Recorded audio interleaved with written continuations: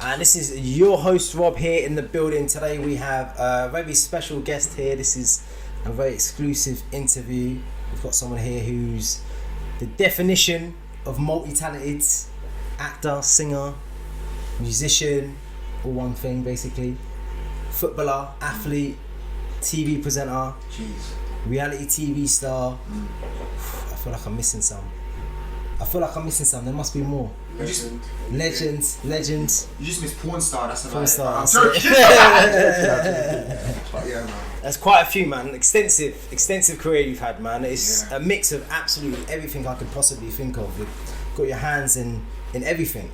But before we go really onto the career, man, it's about going back to the roots, find out who you are, what you're about. Born in Plymouth, growing up in Battersea. How's the family structure for you, man? What was your setup back in Battersea? My family structure was mad. When how can I put it? See, everyone always gets confused when they hear Plymouth. They're like, run. Like the boys always banging me about it. But my dad was in the Navy. Was in the Navy. Came from Jamaica.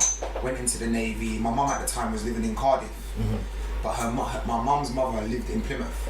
So I think at the time, my mum didn't really get on too well with her strict father. She kicked out Plymouth. Yeah. Went to got to live with her mum. My dad docked, been in the Navy, the ship docked. Yeah, cool, sure. Seen a Chris Lighty. And then I think within about a year, in them times though, my dad was obviously taking my mum back and forth to Battersea where my aunties were. Okay, cool. But then when I decided to enter the world, it was in Plymouth, innit? So cool. It's on my birth certificate. Even though, let me clear this up, even though I lived in South London, I said to my mum, why couldn't you just have the baby in St Thomas's? Why do you have to make that be on my birth certificate? But jokes aside, Plymouth's a beautiful place. Yeah. It's a beautiful place. And your dad, like you said, your dad was in the Navy, your dad was gladiator as well? That's correct. And I mean, I just looked at all the things that he was doing and I feel like that's another thing with him. Son of Gladiator, Bullet, madness, athletics, boxing, bodybuilding, just pretty much like a real life superhero. Same DNA, man. Yeah, basically, right? So would you say a lot of your kind of father-son bonding came from the exercise and the fitness lifestyle? Do you know what? More so, my dad kind of implemented the things like eating right at a very young age when I think about it. Well, how old was you? I'd probably say when I was young, my dad was at the time European champion in bodybuilding. Okay. So I used to go to the gym with my dad. My dad used to drive me to Muscle Works in Bethnal Green. And then when my dad was out there, they're bench pressing and preparing for these shows, I'd just be walking around the gym just fucking around with weights, bro. And so I was already doing sit-ups, and then like some of my dad's friends would show me how to do sit-ups properly, and they'd like give me little weights. Yeah. So I was already pumping weights from about 10. Do you know what I mean? But I think my dad always implemented them type of things like look after yourself, your health, your body works the same as a car. What happens if you don't look after a car? It breaks down. Yeah, exactly. And I think people need to incorporate that into their lifestyle and understand your body is exactly the same as a car. But we're not like a car where you can keep getting fixed. One day when it permanently breaks down, bro, you're going to your maker, innit? Yeah, 100%, man. Yeah, you got to look after it while you're here. That's crazy. It's mad. Like, I mean, me, I've had a little bit of fitness background, not to your extent. Yeah. But like you, my dad's like flirts with boxing quite a lot, boxing and stuff, and definitely it's the importance of fitness. I feel like it's about discipline as well, 100%, right? Discipline. 100%, bro.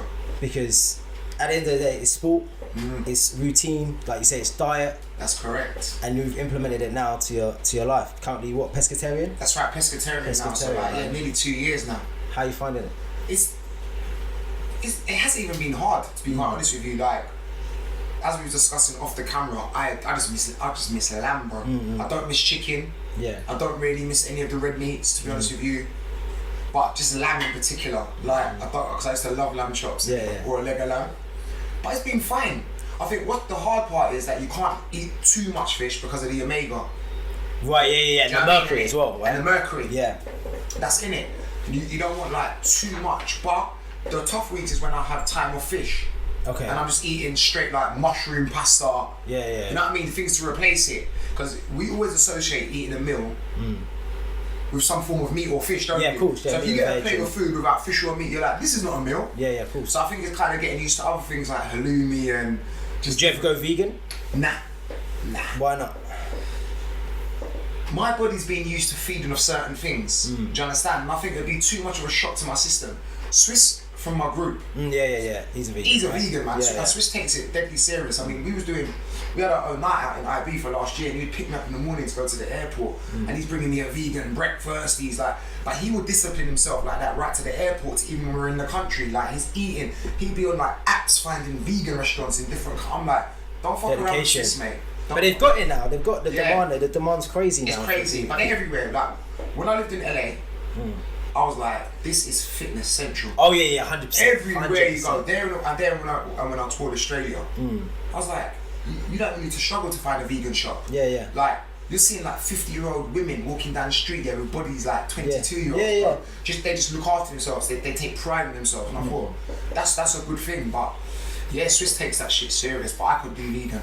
Yeah, I mean, I don't think me personally I could do it. It's too much for me. Yeah, it's a lot. Certain level. I'm just slightly getting into the kind of reduction of meat, which is the main thing. So your dad has been telling you fitness, training your body, eating right. Would you say that's the biggest thing you've learned from your dad?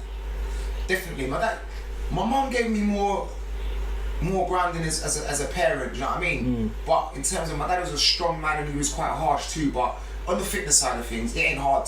If people see anyone that knows my father and know me, they'd be like, he's like his dad. Yeah, of course. Like the athlete side of him. It's not a shock. Yeah, I mean, I can see that. I can see that now without even ever meeting your dad. Exactly. I mean, you're doing 5Ks casually. Yeah, training, man. Boxing. Yeah, it's in my anytime there's any kind of celebrity football match, you're there. Still taking the piss out of these youngsters. There. When would I see before of you? And you were doing like a relay race, and you were just gone. Yeah, brush them too. Gone. That was a month ago at the London Stadium. Yeah. Do you know what I mean? Considering I had Mark Lewis Francis, Olympic gold medalist relay running behind me, I'm so glad I had like a 10-yard start at him. Because I could hear him, bro. Yeah. Even though I won, I needed 10 yards. Because if I had 5 yards, then he would have battered me. And I'm quick, but come on, man, he was a seasoned athlete. But it's intimidating, man. When I was actually on that London Stadium track thinking, this is where the Olympics was. Right. And looking at the crowd. Because remember, we ran before the Diamond League started. Yeah. So it was a proper athletics meet.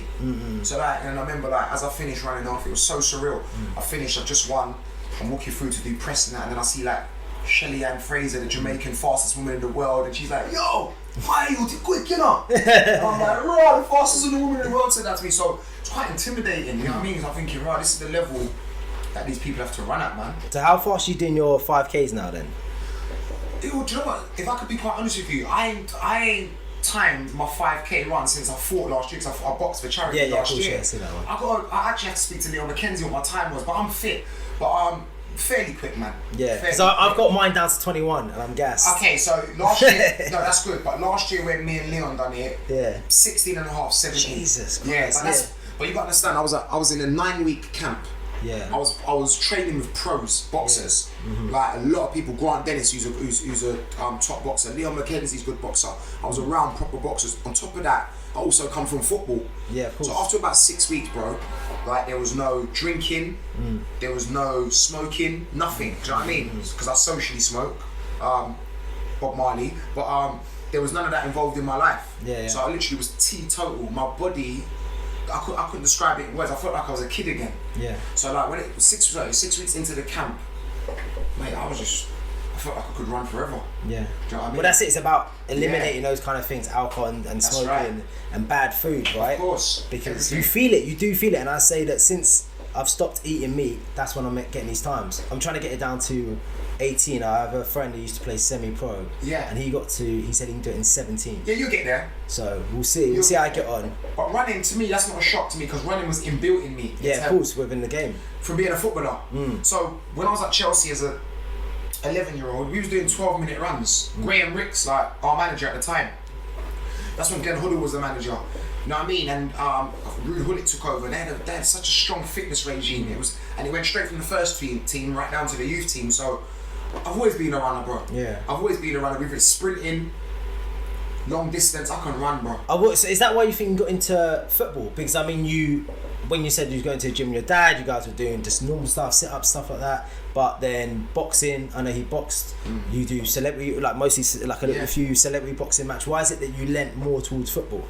Because you naturally know when you got a talent for something, and I know the way a football made me feel. from like 8 years old.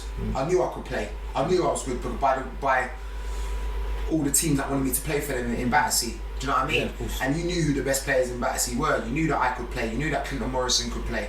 You knew that Sean Davis could play. You knew that Byron Glasgow. All these men have all gone on to play in the Premier League, bro. Championship, World Cup. Clinton's played in the World Cup. He's now presented on Sky Sports News now. So we was like the lads that was all talked about in Battersea. And I just knew I could play football. I knew I was a problem. I knew I had pace. That's why I used to play left back and left. Yeah, left back, right. Yeah. Do you know what I mean? Say, And I knew I was a problem. I knew I could give a right back an absolute holocaust when I'm on my game. Do you know what I mean? So by the time I got to like 9, 10, I just knew, you know what I mean? Playing for my district, my borough, my school, playing for all the top teams in my area. I had clubs looking at me then. I had Palace after me, Chelsea. Do you know what I mean? So, yeah, and you was a few others. Wimbledon. Yeah, Wimbledon. You started in Chelsea. What was that, under 12s or? Yeah, Chelsea was amazing. Right up until 15 Chelsea. Okay. Then after Chelsea, I went on to Barnet. And that's when I done my apprenticeship and my pro there.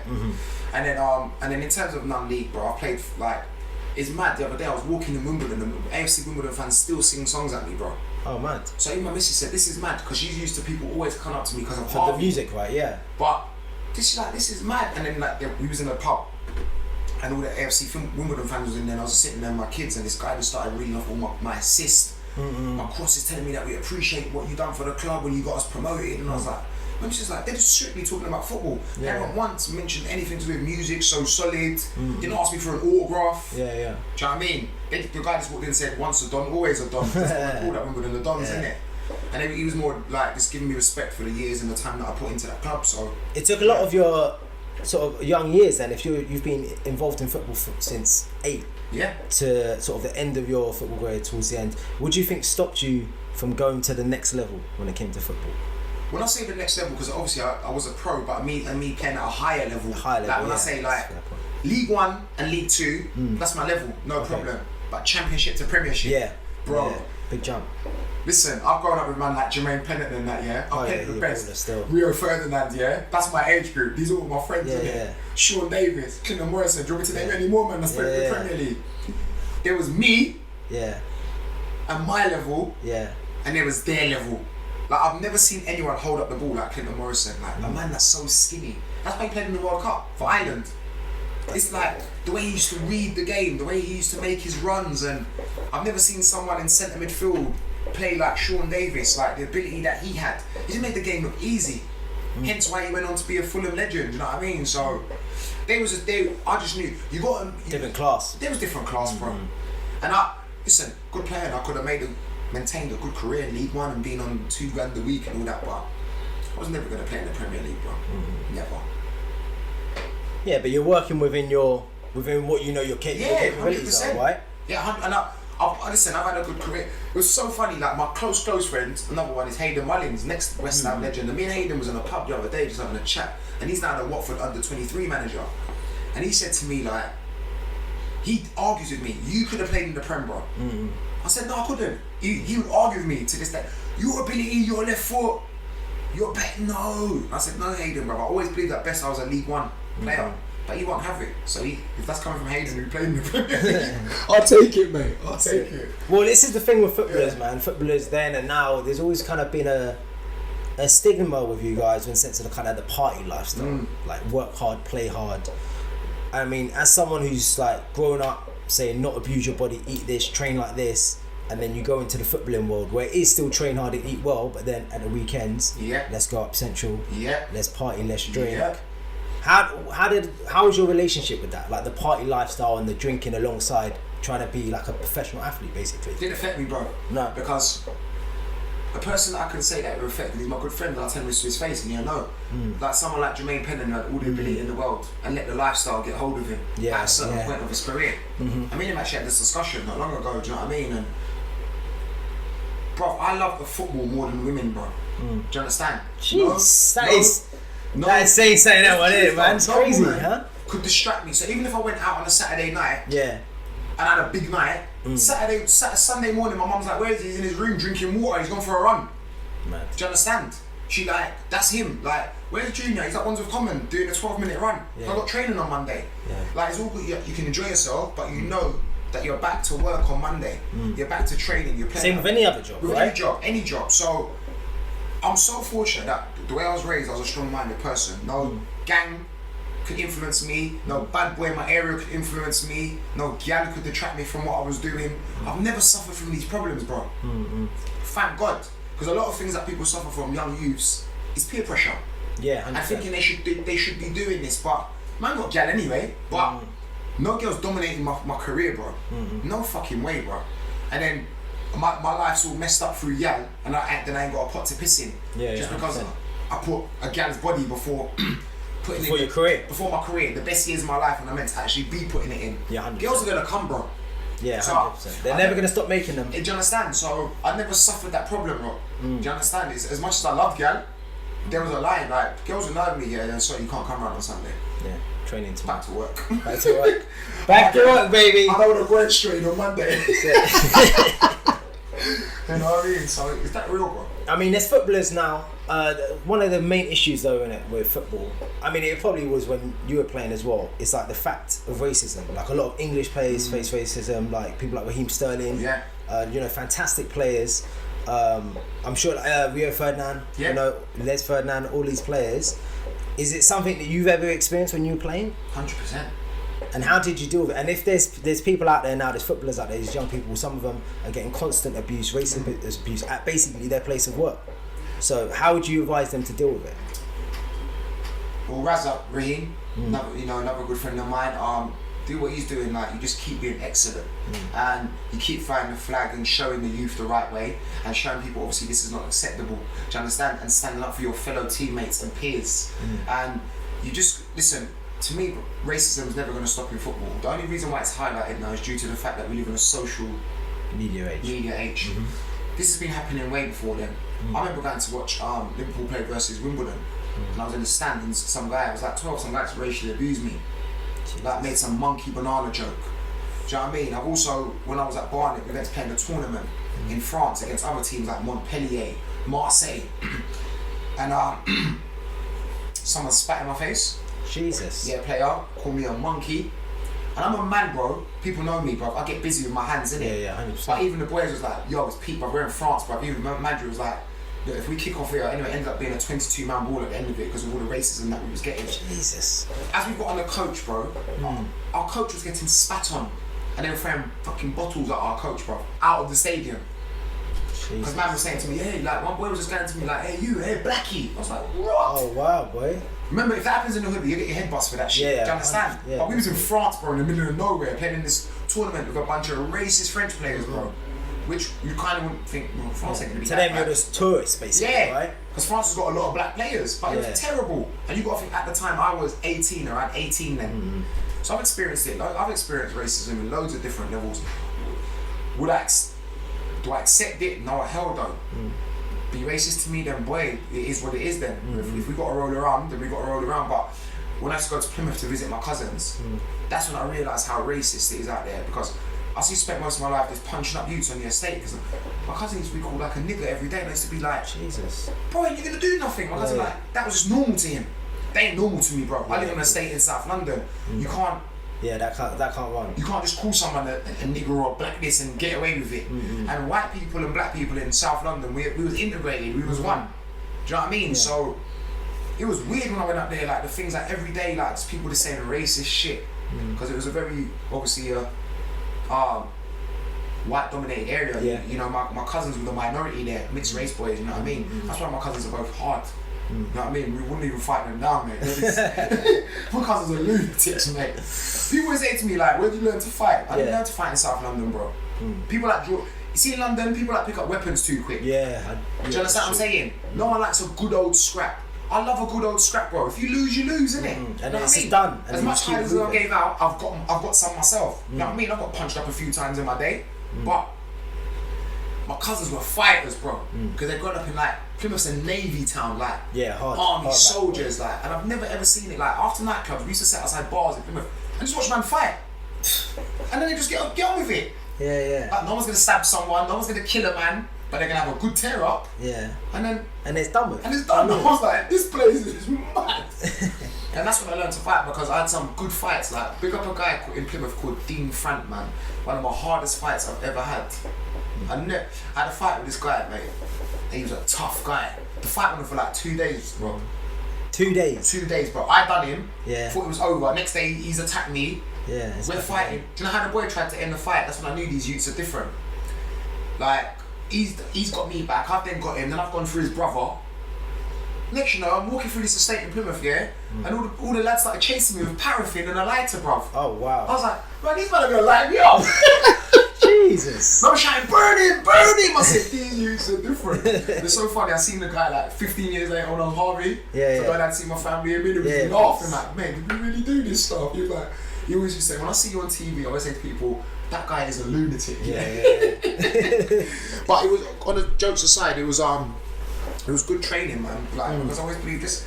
I wish kids sorted it out like that now. Just kind of have a good fight, man. And then once it's done, you get with your life. You don't need to kill each other. Yeah, it's a different sort of environment now, for sure. Environment. You got to be careful you're arguing with in this present day and age. Yeah, bro. exactly. Because even if you're arguing with a 16-year-old kid, he'd ambush you with 6 of his mates and stab you. Yeah, do you know what I mean? So it's crazy out there. So with football, what kind of, like, obviously you're away from playing now yourself, you are like involved a little bit with a few things, celebrity matches, all these kind of things, always, whenever there's a chance basically to play, you'll play. What's your involvement with the football community at the moment and with youth players? I heard you say somewhere before that you're looking after a younger player, and he's going to come up. How's that going? Yeah, how's that going? People see, what's mad, you see the football side of me, the business that I do within football, I keep it very quiet. But I've got a number of players in my books. I deal with a lot of managers in League 1 and League 2. A lot of managers ring me for players because a lot of people that are managers now are people that I've played with. Yeah. Because you got to think. Oh, of course, yeah. So yeah. So a lot of my friends are professional managers, are semi-pro managers, and I've got a few lads contracts. I'm not going to name the names because I keep that side of my life quiet. But I've been getting a lot of boys signed. Do you think the game's changed since when you played? Definitely. In a good way or a bad way, or both? In a bad way. And I believe that the level of football has got better, and the level of football is amazing. But I think things like VAR and all that slowing the game down. I think it's taking the celebration element out of football. Do you know what I mean? I also believe that you should still leave things to real time. I know referees are going to make mistakes, and so you might see a decision that might piss you off if we didn't have VAR and get home and be like, shit, why didn't the ref see that? Yeah. But I believe that when football is being played at real time, it's so quick, you can't blame the ref for everything. Because things happen. I expect a referee to see something that, someone has a shot at goal and it gets deflected, the guy does that and it comes off a little bit with his hand. Yeah, of course. So VAR will pick up all that shit. So now man scoring goals, running off, going to the fans, and then saying, no, we're going to VR decision, Look how many times happened to Man City. Yeah, sure. So in that aspect, I don't like it, but at the same time, it's people be like, well, people ain't getting away with the wrong decisions. Alright, cool. But then also I feel that a lot of the new players of this generation, they're mollycoddled, bro. So do you know that now, if you're in that academy, the professional club, that you can now go in on a Monday and your coach will say to you, how are you feeling? It's compulsory, they have to do it. So they've got to be like, how are you feeling? And you might go to them, I'm feeling a bit unbalanced and I don't feel good, and that might come under mental health. So then the manager will be like, okay, cool, well, you don't have to train. Oh wow! It's different laws now, because whereas now football's a tough sport where if you went out on the piss on a Saturday night, you better make sure you're ready to train Monday morning and run that shit off. Manager ain't feeling no sympathy for you. Yeah. Now because of all these guidelines and all these issues, mental health, suicide, the clubs have to protect the players. So the player could just come in and make anything up. Yeah, I feel a bit unbalanced today, gaffer. Yeah, cool, you don't need to train. Because it comes under all the rules of these laws now. You have to protect the player because you don't want players committing suicide, or they might have mental health issues, or they don't know how to manage the success of being a footballer. Like, that's unheard of in my day, bro. And how old are these players doing this? Are we talking all ages, talking youth players? We're talking from the academy downwards, you know what I mean? Like, not the pros, obviously, but academy downwards, you're talking right from 23s right down to under 11, bro. So you have to now monitor their mental state. That's a big responsibility, though, for someone who sits and plays. I don't think that's really fair for them to get involved with that, right? I mean, sure, they should make sure their players are mentally sound. They got a book, man. If the kids are saying anything that comes under this book here, the manager has to be careful how he treats this kid. And it's crazy. And you notice lately a lot of players are getting managers sacked too, and all this because you had at Newcastle a lot of players saying that Peter Beardsley, legend, was bullying a lot of the black players, and the kids. The players are more powerful than the managers these days at that level. Oh yeah, I definitely see that. Not saying that it didn't happen, because I heard a lot of madness, but Yeah, they got sacked, mate. The kids was like, no, he's been bullying us. There's some racial undertones he's been saying to us in training, mate. Newcastle got rid of him, mate. Wow. Yeah. Well, that's the thing now. If players don't want to play, then that's it. Do you know what I mean? Yeah. The managers are like, everyone blames the manager, but at the end of the day, there's 11 players on the pitch. Well, some of them aren't going to pull their weight, but then they somehow direct contracts and money and money plays a huge part now, even more so. Also does. Look at Gareth Bale now. Okay, so Dan's like, I don't want you. Gareth Bale's like, cool. I've got a year left of my contract. I'm on 350 grand a week. No problem. I'll sit here in it. Yeah, and still get paid, basically. No problem. You don't want me? Fine. I'm not rushing to go. Yeah. My wife loves Spain. My kids love Spain. But you're still getting like, I don't know, nearly like $3 million a month or whatever. That's big money, man. So, the budgets are bigger, especially with teams like Man City and all the rest of it, man. Man City, Real Madrid. Arsenal are afraid to spend money anyway. They've always been like that. Yeah, no offense, that's your team. Yeah. No offense to your team, but I think that this year is the first time there's been I think that the market's kind of crashed because Liverpool ain't signed no one. Chelsea had the transfer ban, obviously. Man City's ain't really gone crazy with the spending. No, do you understand? And I think that is because now players are overpressed. And I love what Jurgen Klopp said. He says, why do I have to sign a player if what I have is already good enough? Yeah. Because Klopp's about building a team. And what Klopp's saying, like, you're asking me to sign this player, but he doesn't fit into my system. Right. So what's his use? Yeah. Why am I going to go and waste 100 million just to say I've signed 2 new players? And when someone actually said to me the other day, Harvey, who would you sign at Liverpool? Who do you think that you lot are lacking? And I went, that's a good point. And I said 2 players were lacking. I said I believe that we need another Coutinho. So I wanted Bruno Fernandes at Sporting Lisbon. Good midfielder, he can unlock. I don't believe that Liverpool's got an unlocker like Coutinho. When the game's tough, someone can just put it out of the back. Do you know what I mean? And I said another centre back. Another centre back to cover Matip and Joe Gomez of quality. Our fullbacks are tremendous. You need to have a word with them, because I mean you got links to the football club itself, like Liverpool and stuff, right? So you just go in there and say, listen, mate, this is what we need. We need a CB. Jordan Henderson's my good pal. Do you know what I mean? Yeah, Hendo always sorts out my tickets with me, man. Like he sorted out tickets for me and my family to the Tottenham game coming up. I'm taking all the kids down there. And Jordan Henderson, big him up, man. He always looks out for me, man. Like always, like gives me top tickets, players bar, and absolute gentleman he is. And football being a main part of your life, but obviously music is. If they don't know you for football, they know you for music, right? People out here starting in So Solid. I mean, in the early 2000s, we hadn't seen anything like that. Really, I think even me growing up, it was all looking towards the US. The US for inspiration, the US for the dress sense, for the style, for like everything. And then So Solid comes through the pirate radio days, Supreme FM, Delight FM. I know the story of you and Mega coming up to you in the phone box, right? Yeah, coming up and with the big eyes and giving all of that.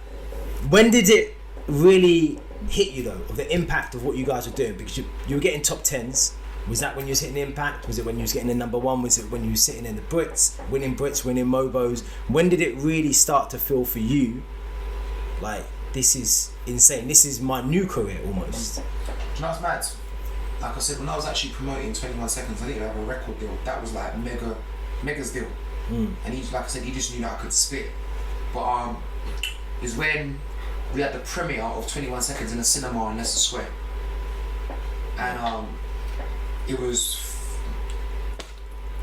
about 6 weeks before release. And I was like, I got there and I seen every person in the industry was at the cinema watching our video.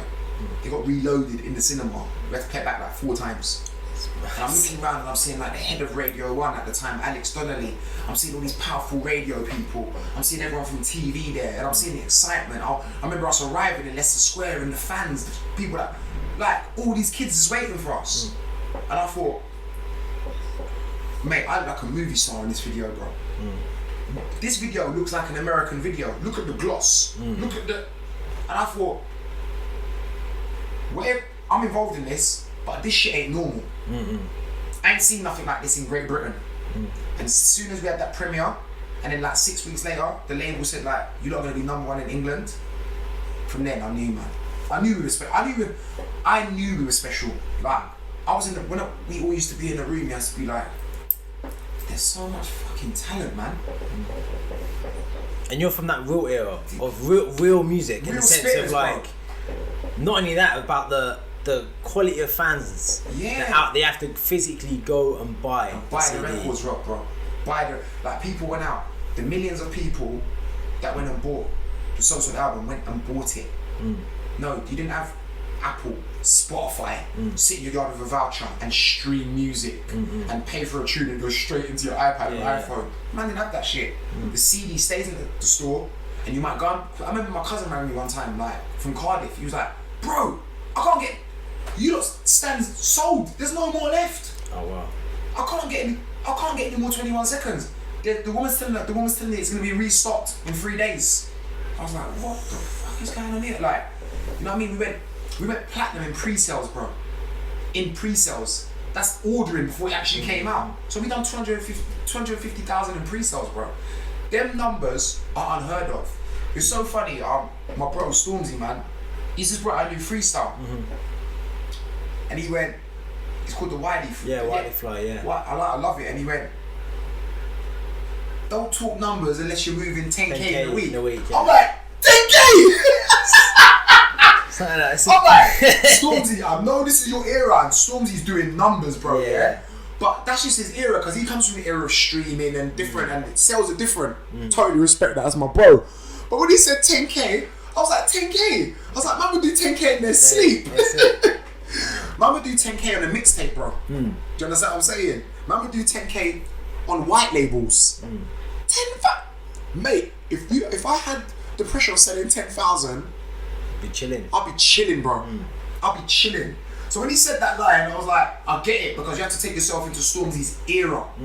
He's in a different time. Well, you know what? This is in like the million views era as well. And in this million views, it's all views, isn't it? Views are good, and I'm not taking anything away from anyone who's getting views for their videos or their music. But a million people buying, a million people downloading. Exactly. It's just a different time, bro. A million. Like when I always say, like when I see these youngsters put up, like, I've got a million views, and I think GR and Bailey give people these a million views, plaques on this. And I'm like, it's a nice gesture, because I know posting, it's good exposure, and it shows acknowledgement to the artist, and I respect that. But bro, I come from selling a million records, bro. Like, I got a disc in my house, bro, 2.6 million. Like, so I respect it, but you can buy views. Yeah, you can. You can go pay a man from Poland, and he gives you 500,000 views. Yeah. When I see the little fuckery that's going on with this viewing system, so like, you always see it sometimes with artists, because a lot of artists pay for views just so they can get signed. Yeah. Do you know what I mean? Listen, don't knock a man's hustle, innit? A hustle is a hustle. But, bro, views mean shit to me, bro. Okay, prime example, I brought out a tune with Christina Milian, yeah? Oh yeah, I've seen that one, yeah. 3 years ago. Let's say, for example, the tune's on, I think it's on about 150,000 views now. Yeah. This is Christine Milian, bro. Yeah. A legend. Yeah. But because times have moved, the new kids won't even appreciate that shit. Yeah, that's true. So whereas if that was Christina Milian years ago, that's gonna be on, you're looking like 30 million views, bro. Yeah. That was the hottest woman in the game. Her, Maya. Do you know what I mean? Yeah. That era of singers, Ashanti. Like, kids' heads have just moved on, man. Yeah. Like, I've seen you with Ashanti. You got a little relationship with Ashanti. Yeah, we performed together because we supported her back in the day. And then last year we performed at the Pretty Little Thing party. Yeah, that's what it was. Man, that girl's with, like, same love, still humble. It's like, oh yeah, you lot doing, but I ain't seen you lot like guys for 10 years, and still humble, man. She's a queen, man. What a legend. Pulse88.co.uk. Yes, Pulse 88 Radio, your host Rob here on the Best of British show, here every single Tuesday 7 PM until 9, playing all of those UK bangers.